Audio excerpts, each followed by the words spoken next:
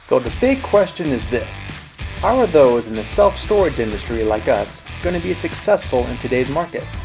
That's the question, and this show will give you the answers.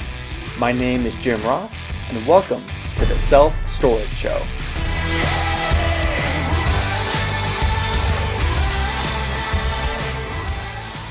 Hi everyone, this is Jim Ross from the Self-Storage Show. Today we got a special edition. We got the video version of the podcast too. Got Christel joining us today. How's it going? Yeah, really good, thanks. Thanks for having me. Yeah. And where am I reaching out to you? Where are you at? Well, right now I am in a little town in Holland in Europe, but I am usually in Denmark. So yeah, but I'm over in Europe. So it's evening time here, even though it's morning by you.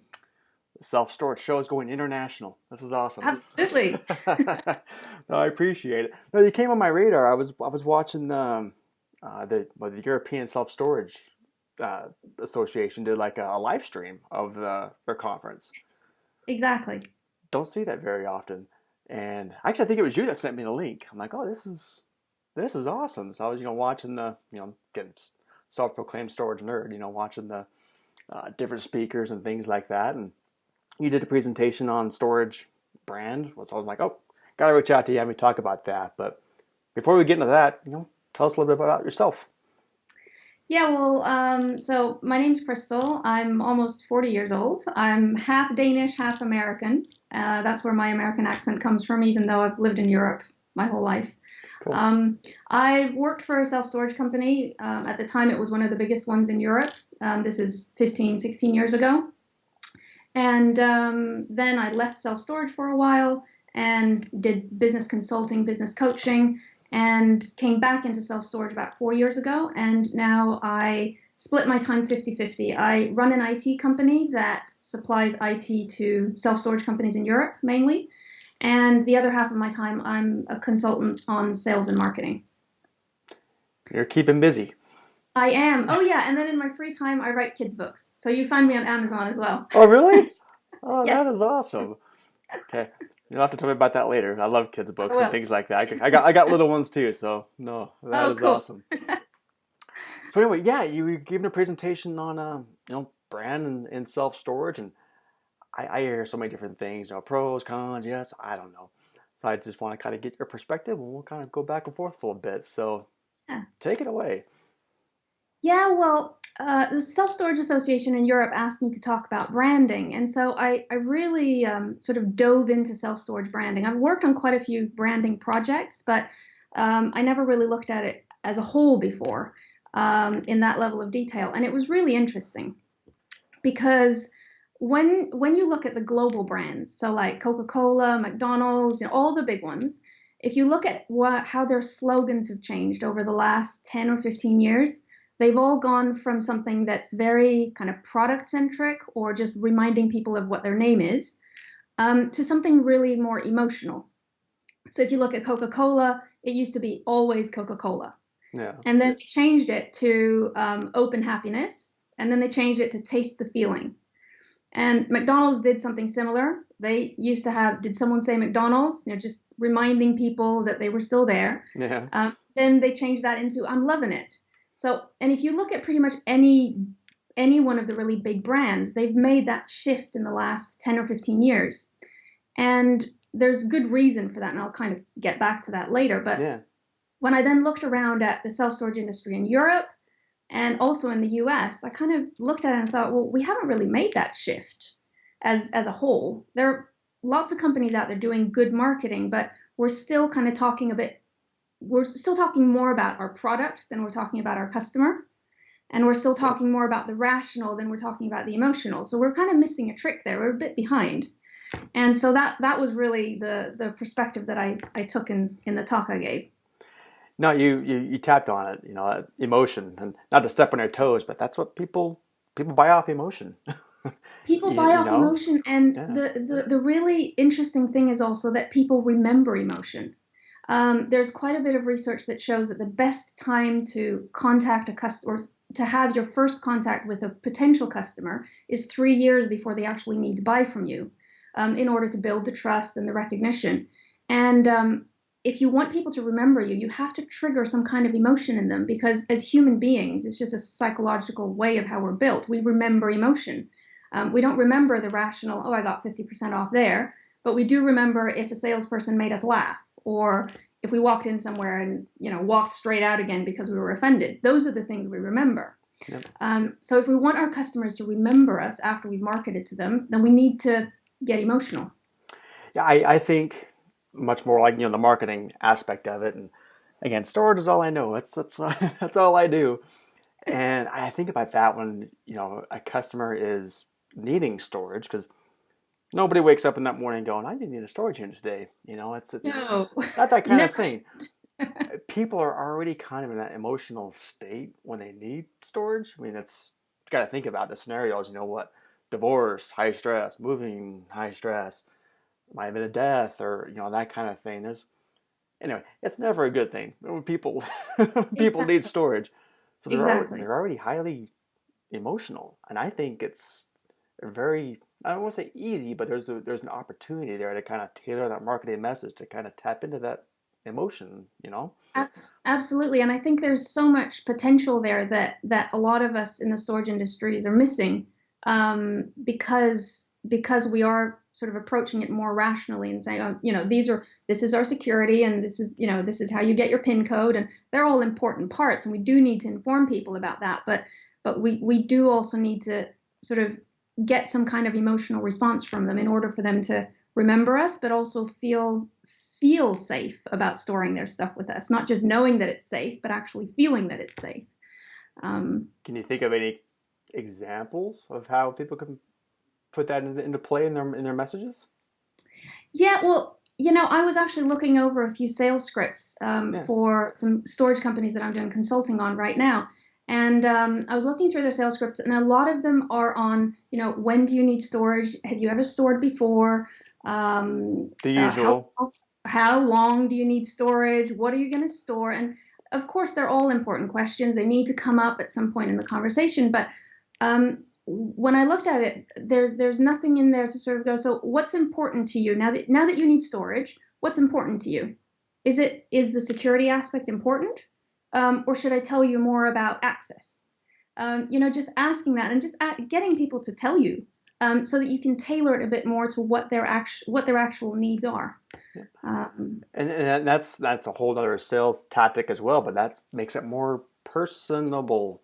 You're talking to them Absolutely. on their level, and granted, you have I hate saying script. I don't use sales scripts, but you have No, an overview of things you need to touch on, yeah, and that's one of the main things is, well, what brings you? Why do you need storage? What's important to you? And that they're exactly. they're going to tell you what they need and what they want, what's important to them, and that's how you can kind of tap into that. Well, like we said about the Exactly. emotional factor. Exactly. And I think anyone who has gone shopping with a friend or a spouse, will will know that what makes me tick doesn't necessarily make my friend tick or my husband tick. So different sales approaches are good or bad for different people. And so really, if we can, ask a few of those questions to just work out, well, what's actually important to this person, we can tailor it more to them, and then they feel that safety. They feel that there's someone who understands them, and you can tailor the sales pitch to the parts that actually matter to them instead of just kind of working off a list of things I need to tell you before you leave. Yep, yep. And it doesn't take as someone that I call storage sites all the time for like secret shopper type of things. It's great fun. No one does it. Well, it's great Yeah, fun, but it's depressing as hell sometimes too because it's the same thing over and over and yeah, over again. It's yeah. like it won't take much to stand out. That's what I'm getting at. Just a little bit Exactly, right exactly. there, you'll stand out from Exactly. everybody. And that was actually also one of the key messages in that talk I gave Yeah. was the importance of having guts. Because I think the topic was branding, and I think good branding has good emotion, like good connection on the emotional level. And then you've got to have guts, especially in the era of social media, when, if you look at what people share, what they like, it's the stuff that stands out.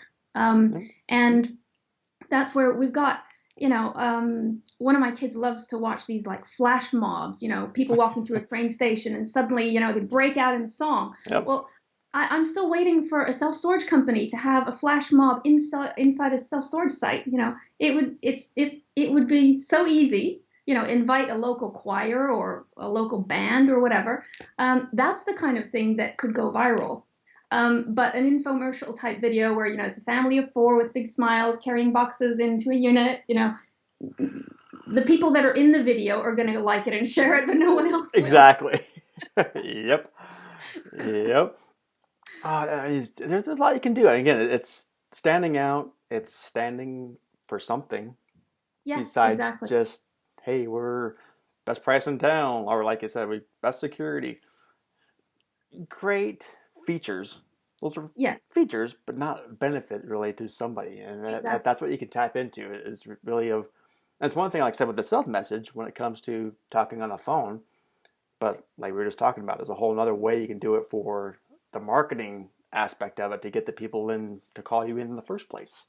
You Absolutely, know? absolutely. And when I look around at and it's interesting there because in Europe, the self-storage market in Europe is much younger than the one in the US. Yeah. So quite often over here, we kind of often look to the US if if the industry's evolving to a certain point and we're not really sure which direction to go, we kind of look at the US and go, how have they done it?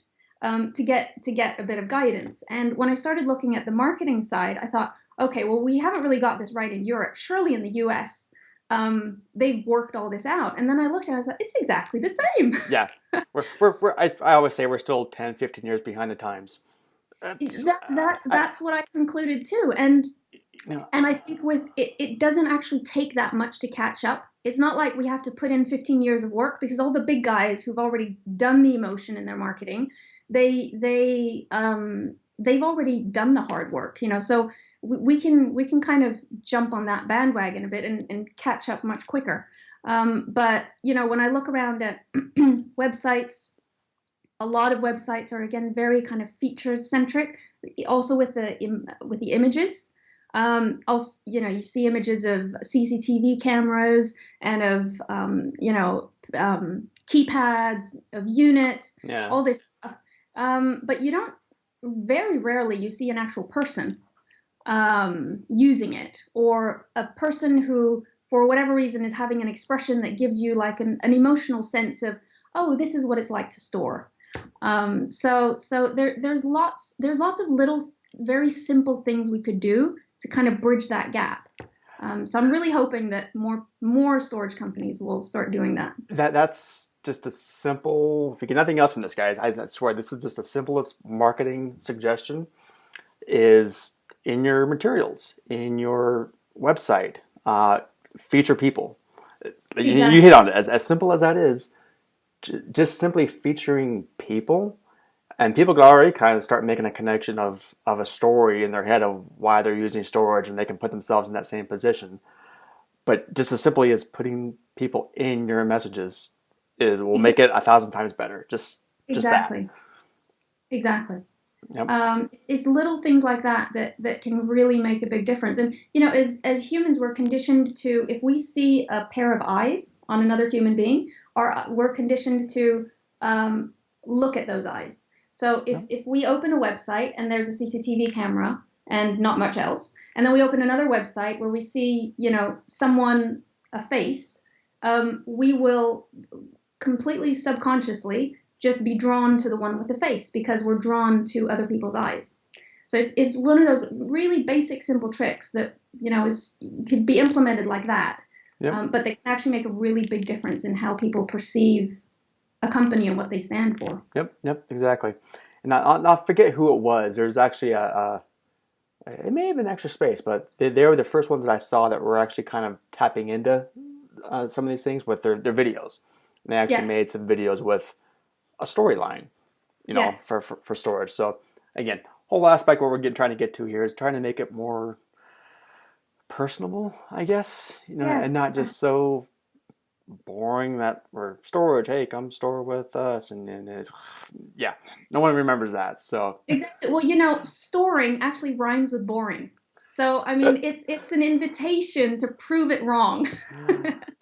That would be my tagline for other websites. Don't make storing boring. Yeah, perfect. Exactly, exactly. What can you do to not make storing boring? Exactly. Well, good.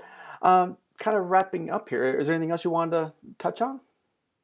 Well, I think really we've talked about the main parts, like Yeah, the really connecting on some kind of emotional level, and then having the guts to be a bit different. I think those are really the two main messages. The one thing I would say is when I speak to people about triggering emotion in marketing, the most common kind of objection that I get from people in self storage is, well, we're selling storage. Do we really need emotion?